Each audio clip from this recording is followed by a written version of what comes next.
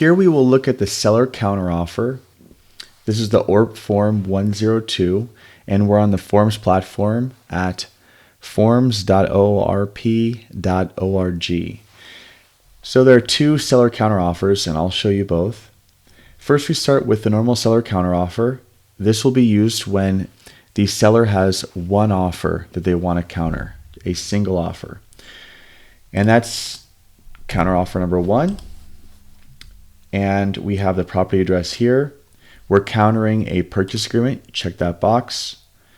And you'll write in the date of the purchase agreement so we can identify the form that we're countering. Now, just so you know, if a seller counters and then a buyer counters and a seller has to counter for a second time, that's when you have a seller counteroffer number two and you are countering a buyer counteroffer. And you'll put the date of that buyer's counteroffer, because there needs to be a sequence of all the forms. Because in a counter, you're only changing the provisions and everything else that you don't like from the preceding document, and every other provision carries over. So if you have, let's say, on a purchase agreement, the only issue is the price. If you counter the price, every other term in that purchase agreement stands, and then the price is the only change. So counters they're modifiers, but the preceding documents carry over unless a subsequent counteroffer changes a term. All right, so let's say we're going to counter three terms. You can do an A, B, or C. Some people don't even do that.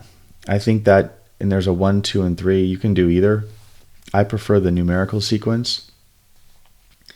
But you would just write in purchase price to be blank, close of escrow to be blank, and you can just add it there. Now, by default, this counteroffer expires the third day from when it's signed in by the seller making the counter. You can change that to you can change the time of day, and you can change when this expiration is. It doesn't have to be the third day. If you want to put pressure on the other party, you could just put 1 day, for example. Then you'll put the seller's name, and then you'll sign. Now, you'll see here buyer accepts the terms. Now, a buyer, again, because the preceding document carries over, so if a buyer is going to counter this, the buyer is going to check this box, the buyer is going to sign, and then they're agreeing to everything here subject to whatever changes in their counter.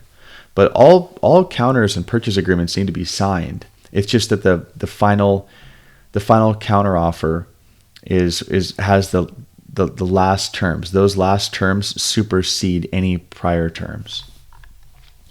Now, if you're countering multiple, then you're going to, let's jump back into documents. Seller multiple counteroffer. This, of course, as stated in the name, is used when there are multiple offers. And I'll show you the difference. Same idea. We'll do a seller multiple counteroffer number one to a purchase agreement, date of form. Now, here's a couple things worth mentioning. You don't have to do a blanket counteroffer. If you have three offers and they're all different in their unique ways, you can counter each offer individually. So you don't have to say to everyone, hey, it needs to be this closing at this price, and then give everyone the same counter. I mean, you could, but you're not confined to that. You can instead customize each counteroffer to address each unique offer. So you'll put that in. Same idea that you have a third day expiration, but you can change that. Seller's going to sign. Buyer can sign. Here's what makes it different. The seller needs to sign a second time to make this binding. And the reason is that if a seller is sending out 5 counteroffers and the first person to sign is the buyer that wins, what happens if multiple buyers sign that counteroffer? What if a seller sends out 5 counteroffers to 5 different buyers, and all 5 buyers sign and return it. Well, certainly a seller can't engage in contract with multiple buyers at the same time. It must be a single buyer. So we have this provision here. And this means that after the buyers sign, the seller then must sign a second time in order to fully execute this document.